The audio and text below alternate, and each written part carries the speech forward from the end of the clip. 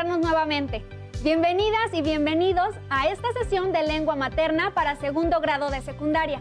Yo soy Leslie Mendívil y antes de iniciar, les recuerdo que debemos seguir cuidándonos lavando frecuentemente nuestras manos con agua y abundante jabón, usando cubrebocas adecuadamente de forma que cubra nariz y boca.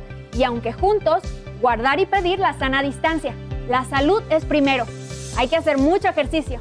En esta ocasión contamos con la presencia del profesor Edgar Ariel Corona. Bienvenido, maestro. ¿Qué tal, Leslie? Efectivamente, es un gusto encontrarnos por aquí en una sesión más de Lengua Materna 2. Hoy nos acercaremos a conocer sobre quiénes escriben en nuestro lado del mundo. En esta sesión conoceremos a algunas autoras y autores latinoamericanos a través de sus obras literarias. La literatura latinoamericana es aquella creada en los países de América Latina, de este lado del mundo, cuyas lenguas provienen del latín y del griego principalmente. Si alguno de ustedes en el futuro se dedica a la literatura, también formaría parte de ella. La literatura de Latinoamérica contemporánea. La conforman los cuentos, novelas, relatos, obras de teatro, escritas en nuestra lengua materna que reflejan la vida de nuestros países latinoamericanos en nuestros tiempos. Por su extensa variedad y por la riqueza de sus obras literarias, estamos seguros que encontrarás algo que te pueda interesar. Los materiales que vamos a necesitar para esta sesión son cuaderno, lápiz o pluma para que puedan tomar notas. También podría ayudarles tener a la mano su libro de texto. Recordemos que todo lo que veamos hoy es para reforzar su conocimiento, así que les recomiendo llevar un registro de las dudas, inquietudes o dificultades que surjan al resolver los planteamientos de esta sesión. Muchas de estas las podrán ustedes resolver al momento de revisar su libro de texto y revisar sus apuntes. En esta sesión vamos a ir de la mano de las obras de excelentes autoras y autores latinoamericanos como El cuento de la tía Inés de la escritora mexicana Ángeles Mastretta, el cuento La migala del escritor mexicano Juan José Arreola y un fragmento del cuento La identidad de la escritora mexicana Elena Poniatowska. Recuerden anotar las dudas, inquietudes o dificultades que les surjan al resolver los planteamientos de esta sesión. La solución para la mayoría de sus inquietudes podrán encontrarlas al revisar su libro de texto o tomándose un momento para pensar las situaciones que se discutirán. Recordemos algún cuento o relato que hayamos leído y nos haya gustado. En él nos enteramos de la vida de ciertos personajes, los cuales algunos nos pueden caer mal y otros bien. A través de la lectura podemos imaginarnos el lugar donde viven, cómo es su familia, qué es lo que les gusta o no. Y más allá de descubrir a ciertos personajes, podemos también relacionarnos con la autora o autor que los escribió.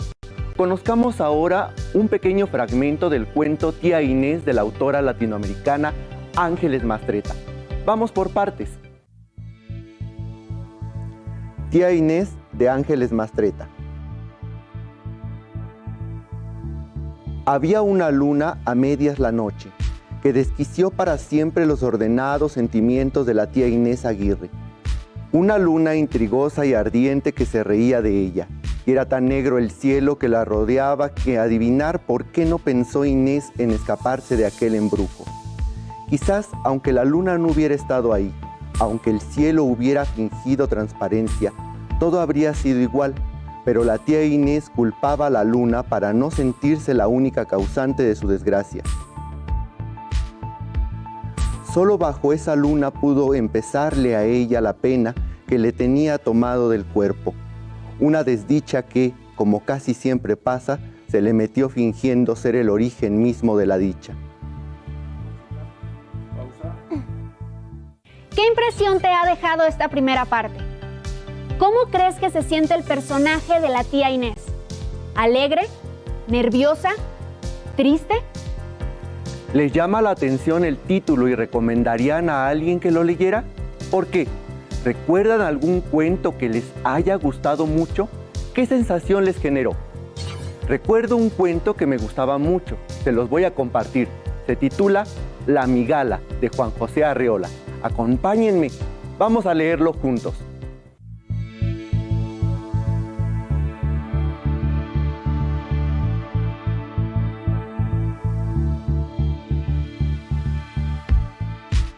El día en que Beatriz y yo entramos en aquella barraca inmunda de la feria callejera, me di cuenta de que la repulsiva limaña era lo más atroz que podía depararme el destino. Peor que el desprecio y la conmiseración, brillando de pronto en una clara mirada.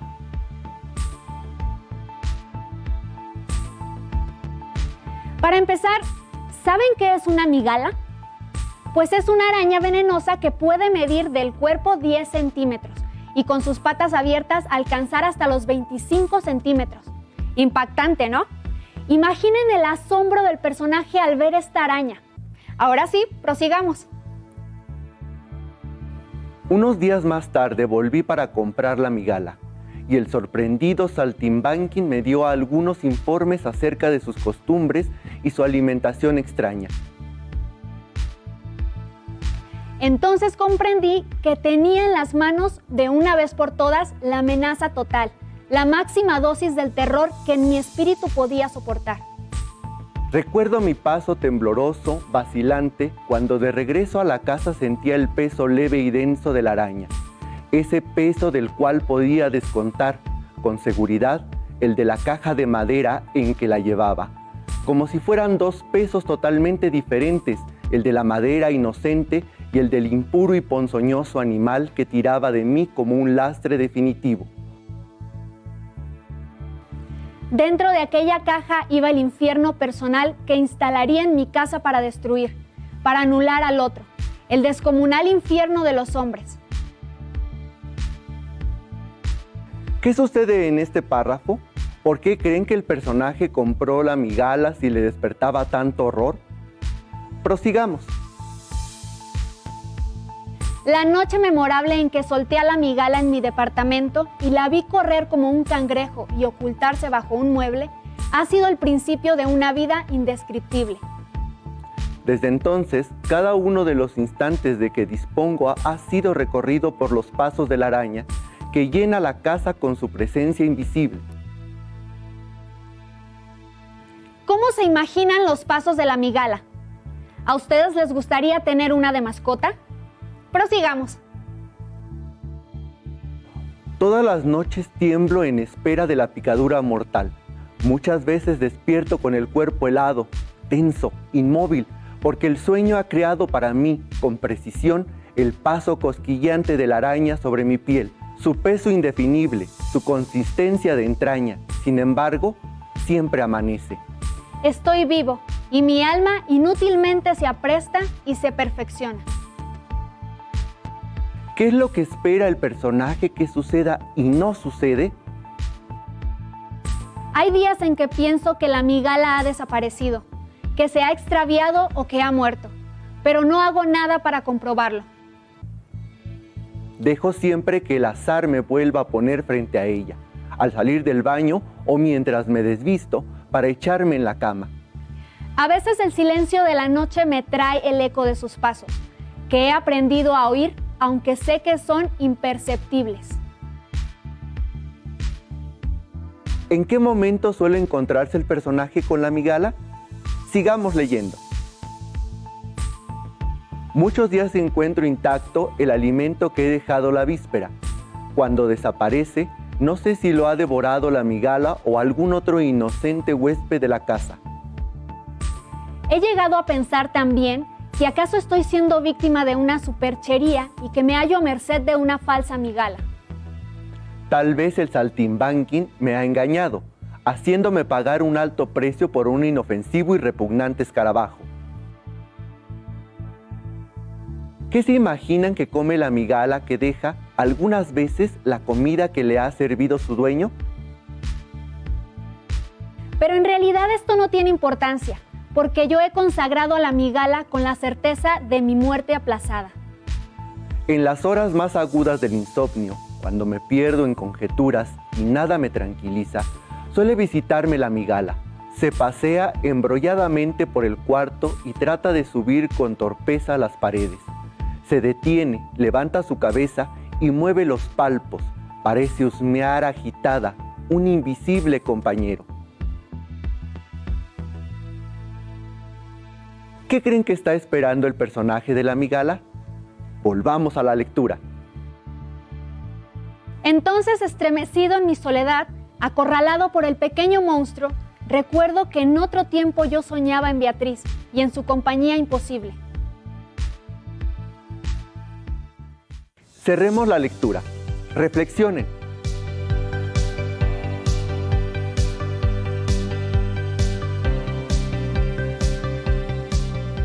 ¿Pudieron ver en su imaginación cómo el protagonista se sumerge entre el sueño y el insomnio, el amor, la soledad y la angustia vital? Cada cuento narra mundos distintos, ¿no creen? Existen muchas formas de escribir un cuento. ¿Cómo son los cuentos que les gustan? ¿Qué características deben tener para que los vuelvan a leer o se los recomienden a sus amigos? Afortunadamente, es común que en su nivel educativo, sus maestras y maestros les inviten a leer cuentos, novelas o poemas. Y seguramente, muchas de las obras literarias que han leído les han parecido interesantes. También es importante escuchar qué les gusta leer a otras personas de su edad. Esto podrían hacerlo hablando con sus amigas y amigos por medio de videollamadas o mensajes de voz. Seguramente escucharán características de cuentos que a ustedes también les gustan o quizá algunas que no conocían y les dieron ganas de leer un cuento con esas características. Espero que hasta ahora la estén pasando bien, explorando los cuentos que les hemos presentado. Y, hablando de los cuentos que acabamos de leer o escuchar, ¿qué les parece si retomamos el de la tía Inés de Ángeles Mastretta? ¿Qué más habrá pasado? Les cuento que Ángeles Mastretta nació en Puebla en 1949. Es una escritora y periodista mexicana conocida por crear grandes personajes femeninos y relatos que reflejan las realidades sociales y políticas de México. Pero esta vez realizaremos una pequeña actividad. Acompáñenme. Esta actividad se titula ¿Qué pasó primero? Pongan atención. Les voy a leer 3 pequeños fragmentos del cuento Tía Inés, pero estos fragmentos están en desorden. Traten de reordenarlos para saber qué pasó primero, qué pasó después y qué pasó al final. ¿Listas y listos? Es hora. El primer fragmento dice así: al día siguiente, la tía Inés no recordó un ruego, menos una orden, pero tenía una luz entre ojo y ojo ensombreciendo toda su existencia. ¿Creen que este fragmento está al inicio del cuento? ¿Estará en el nudo o en el desenlace? Pongan mucha atención al siguiente fragmento. Cada luna es distinta, cada luna tiene su propia historia. Dichosos quienes pueden olvidar su mejor luna. No se preocupen si no pueden recordar exactamente lo que decía el cuento de tía Inés. Usen su imaginación y su creatividad para acomodar los fragmentos en el orden que les parezca más adecuados. Por último, tenemos este fragmento que dice: había una luna a medias, la noche que desquició para siempre los ordenados sentimientos de la tía Inés Aguirre. Habiendo escuchado estos fragmentos del cuento, intenten escribir en su cuaderno el orden correcto en que crees que va cada uno. ¿Será que el orden correcto es ABC o quizás BCA? ¿Qué tal CAB? Existen muchas combinaciones. Pero la correcta es CAB. El orden correcto es: había una luna a medias la noche que desquició para siempre los ordenados sentimientos de la tía Inés Aguirre. Al día siguiente, la tía Inés no recordó un ruego, menos una orden, pero tenía una luz entre ojo y ojo ensombreciendo toda su existencia. B. Cada luna es distinta. Cada luna tiene su propia historia. Dichosos quienes pueden olvidar su mejor luna. Recuerda que este no es todo el cuento. Son tan solo fragmentos del principio, desarrollo y desenlace. Para que no se queden con la duda, vamos a leer el cuento completo de Tía Inés. Tía Inés. Había una luna a medias la noche que desquició para siempre los ordenados sentimientos de la tía Inés Aguirre. Una luna intrigosa y ardiente que se reía de ella. Y era tan negro el cielo que la rodeaba que adivinar por qué no pensó Inés en escaparse de aquel embrujo. Quizás, aunque la luna no hubiera estado ahí, aunque el cielo hubiera fingido transparencia, todo habría sido igual. Pero la tía Inés culpaba a la luna para no sentirse la única causante de su desgracia. Solo bajo esa luna pudo empezarle a ella la pena que le tenía tomado el cuerpo. Una desdicha que, como casi siempre pasa, se le metió fingiendo ser el origen mismo de la dicha. Porque la noche aquella, bajo la luna, el hombre le dio un beso en la nuca como quien bebe un trago de agua, y fue una noche tan lejos de la pena que nadie hubiera podido imaginarla, como el inicio de la más mínima desgracia. Apenas había llegado la luz eléctrica y las casas bajo el cerro parecían estrellas.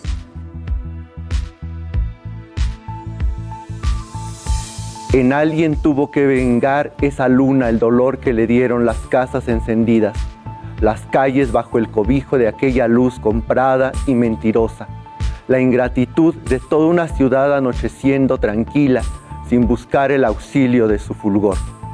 De algo tenía que servir ella. Alguien tenía que recordar su luz despidiendo la tarde. Y ese alguien fue Inés Aguirre.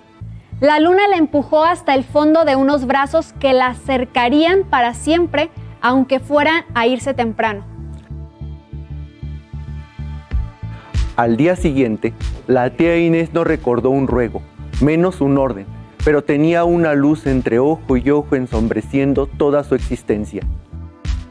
No podía ya olvidar el aliento que le entibió los hombros, ni desprender de su corazón la pena que lo ató a la voluntad sagrada de la luna. Se volvió distraída y olvidadiza. Pedía auxilio para encontrar el lápiz que tenía en la mano, los anteojos que llevaba puestos, las flores que acababa de cortar.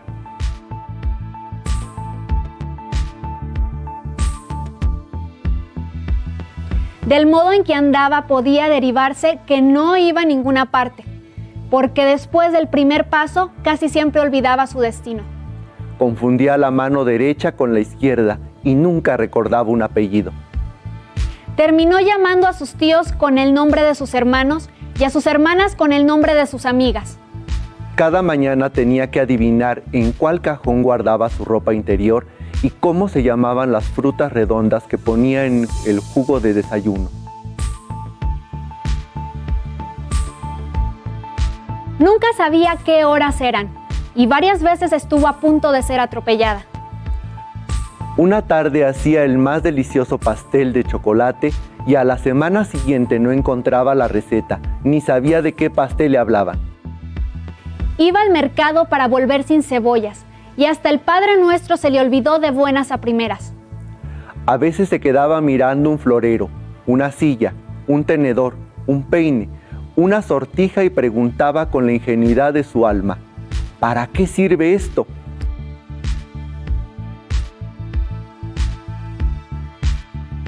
Otras escribía en cualquier cuaderno toda clase de historias que después no podía leer porque con el punto final olvidaba las letras. En uno de estos cuadernos escribió la última vez que supo hacerlo. Cada luna es distinta. Cada luna tiene su propia historia. Dichosos quienes pueden olvidar su mejor luna. ¿Qué les pareció? ¿Qué imagen tienen ahora de la tía Inés? ¿Lograron confirmar el orden del cuento? Muy bien. Ahora acompáñenme a escuchar la lectura de un fragmento del cuento La Identidad, de otra gran escritora mexicana, Elena Poniatowska.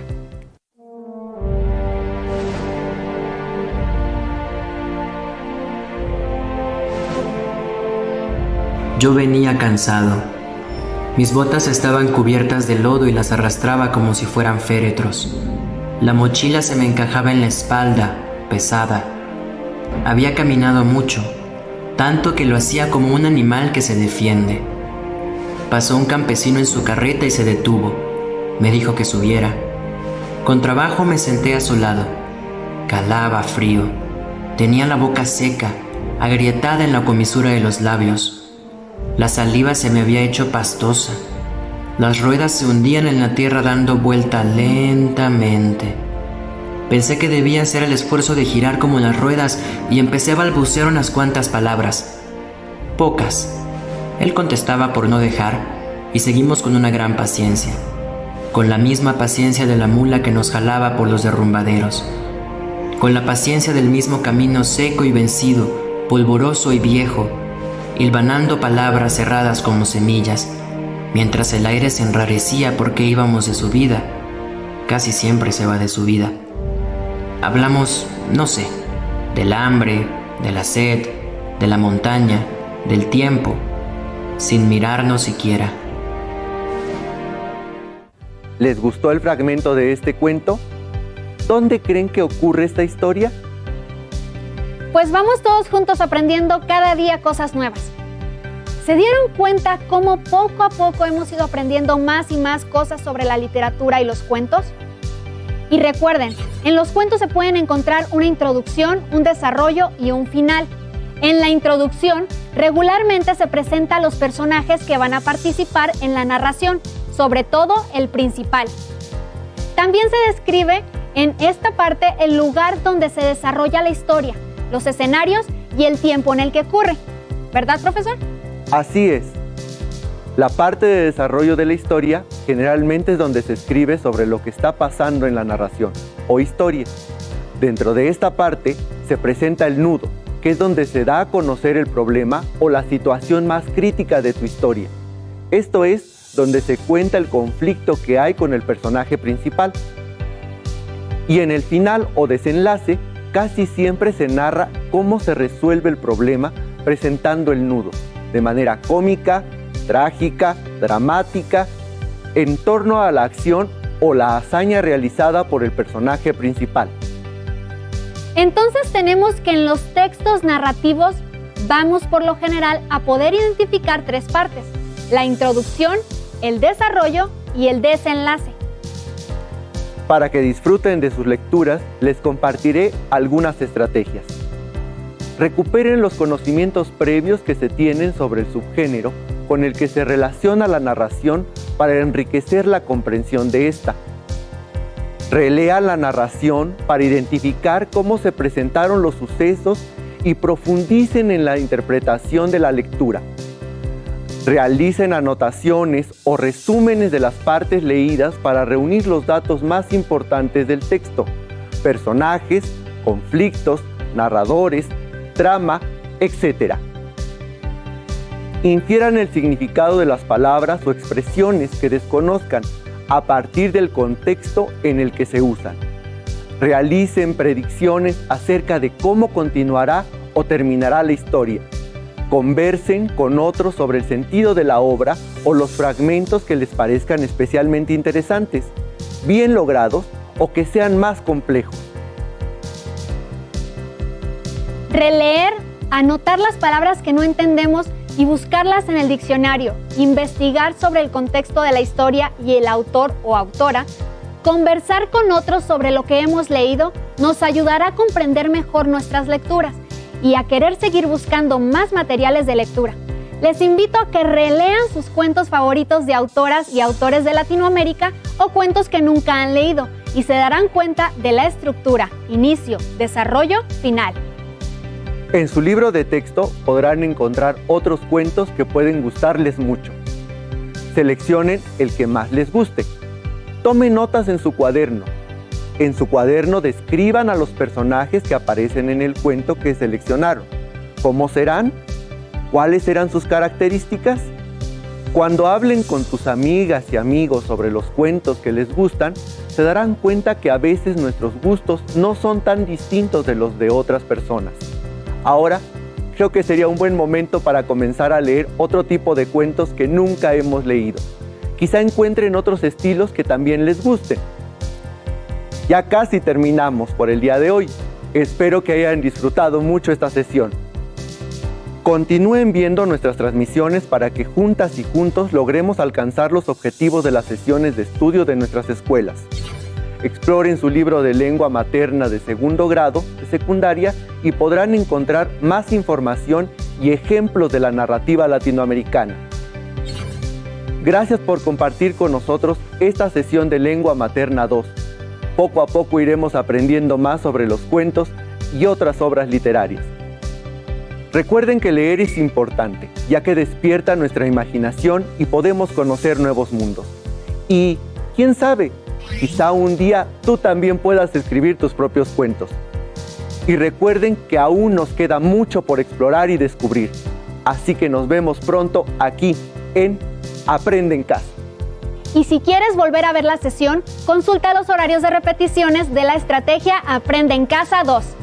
Hasta la próxima.